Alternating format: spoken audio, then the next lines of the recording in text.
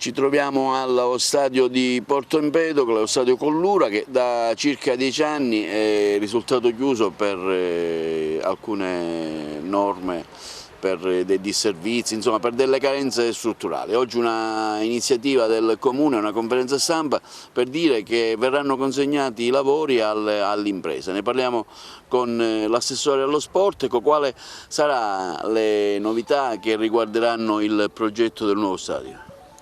Beh sì, innanzitutto finalmente siamo giunti ad un importantissimo traguardo, che è quella della consegna dei lavori. Oggi, dopo un lunghissimo percorso, lontano almeno più di 3 anni per quanto riguarda la nostra amministrazione, si arriva finalmente a quella che è la consegna appunto dei lavori. Verranno rivisti gli spogliatoi dell'impianto Collura, verrà fatto un restyling degli spogliatoi, ma soprattutto verrà realizzato il nuovo manto erboso.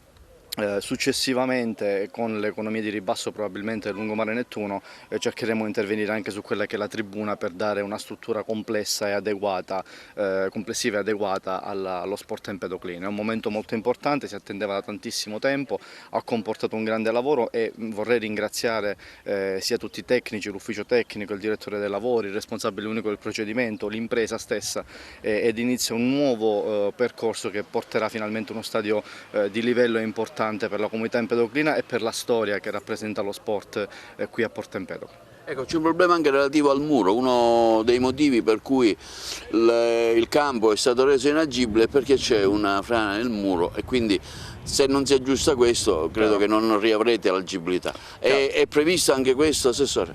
Allora, nel progetto chiaramente non è previsto perché il crollo del muro ovviamente è stato un fattore postumo rispetto a quello che è il finanziamento, quindi per forza di cose non poteva essere all'interno di quello che è il progetto.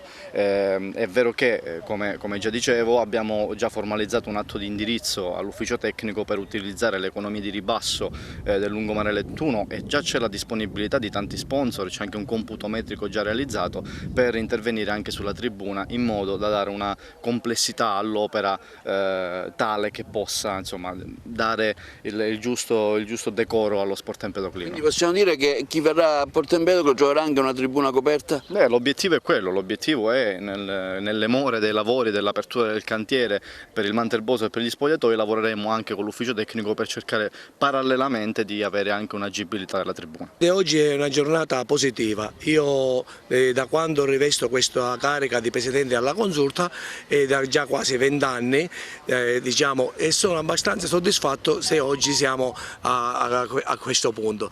Io devo ringraziare innanzitutto questa amministrazione dell'impegno che si è preso da quando io sono diventato Presidente della Consulta e ad oggi mi ritengo soddisfatto. Una bellissima giornata oggi, veramente dopo tanti sacrifici la città di Porto Empedocle è arrivata a questo momento. Sicuramente è un modo per integrare tanti giovani e bambini nelle loro attività sportive e poter riuscire ad avere lo stadio competitivo come le altre città.